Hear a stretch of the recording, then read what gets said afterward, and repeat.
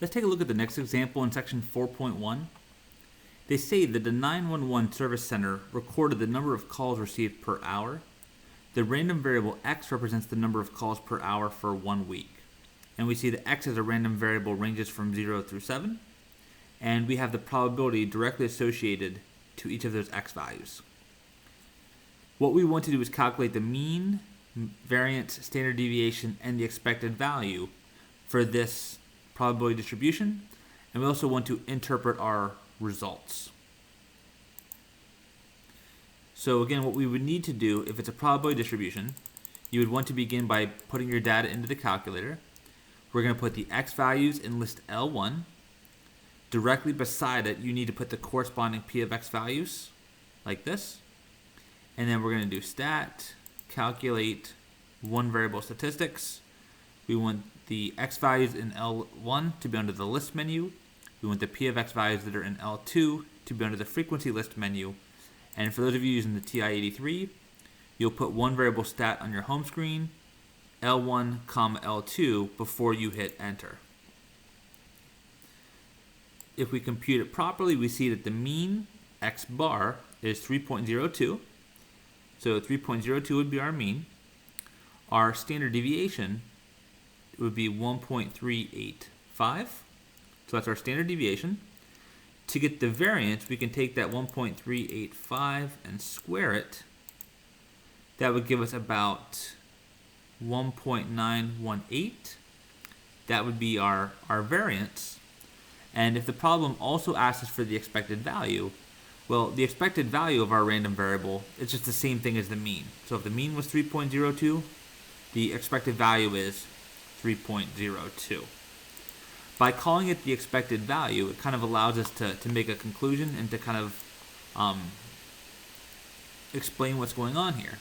So if we picked one particular hour at random to kind of observe this 911 call center, if we ask the question on average, how many calls would you expect them to receive? Well, the expected value, the mean, that's 3.02. So we would say that we would expect on average for the call center to receive about 3 calls per hour with a standard deviation of about 1.385. Let's take a look at one more example. In the next one, if we look at the number of games it took for a World Series to be completed, this time our random variable is the number of games played. It's going to range from 4 up to 8. And we also have the frequency of each of those events. The first thing we would want to do is begin by constructing our probability distribution. In order to construct the probability distribution, we need the probability of each of these random variables. That can be found by taking the relative frequency approach. You take the frequency, divide it by the total number. If we sum these all up, 20 plus 23 plus 23 plus 36 plus 3, that would sum up to exactly 105. So we add them all up, we get 105.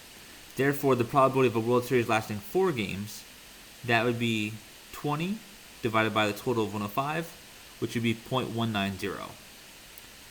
Lasting 5 games would be 23 divided by 105, 0.219, and then we can go ahead and compute these for the rest of them. Once we have our x values and our p of x values, that would give us our probability distribution. If we now want to compute some of the similar things we've done earlier, let's compute the mean, variance, and standard deviation. So we would go to our calculator, stat, edit.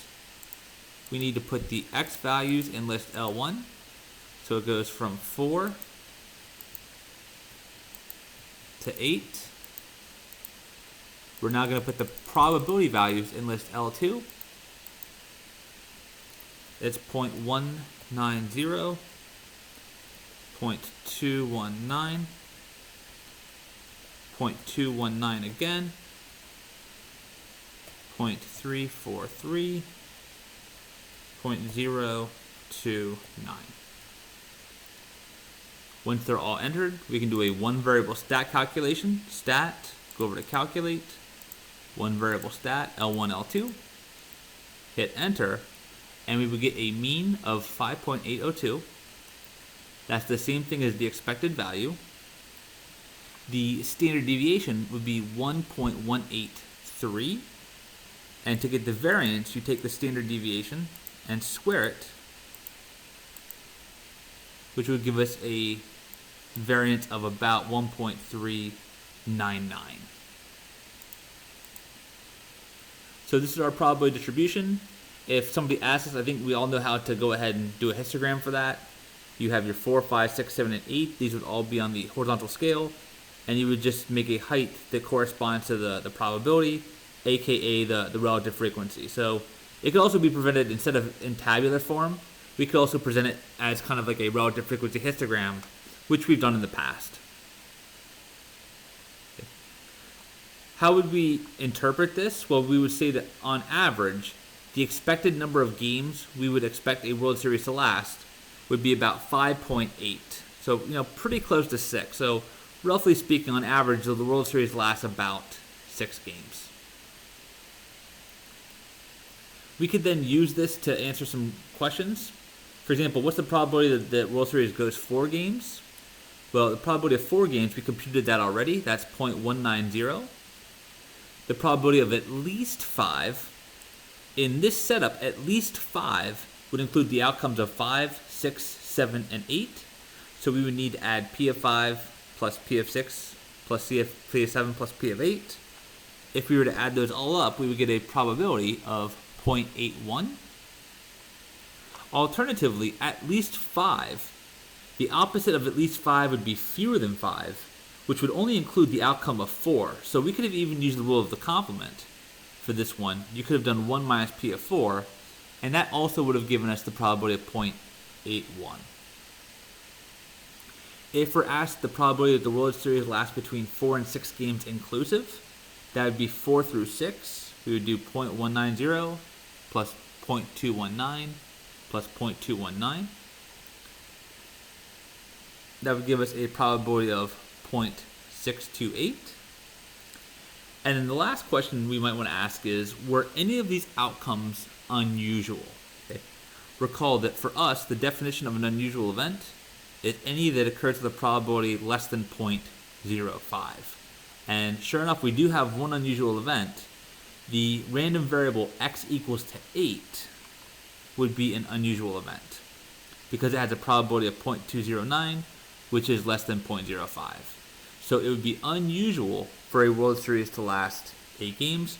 Furthermore, nowadays it would be impossible because it's a best of 7 series. But back in the very beginnings of Major League Baseball, some World Series actually lasted 8 games, which would now be impossible. But that certainly would make that an unusual event because its probability is less than 0.05.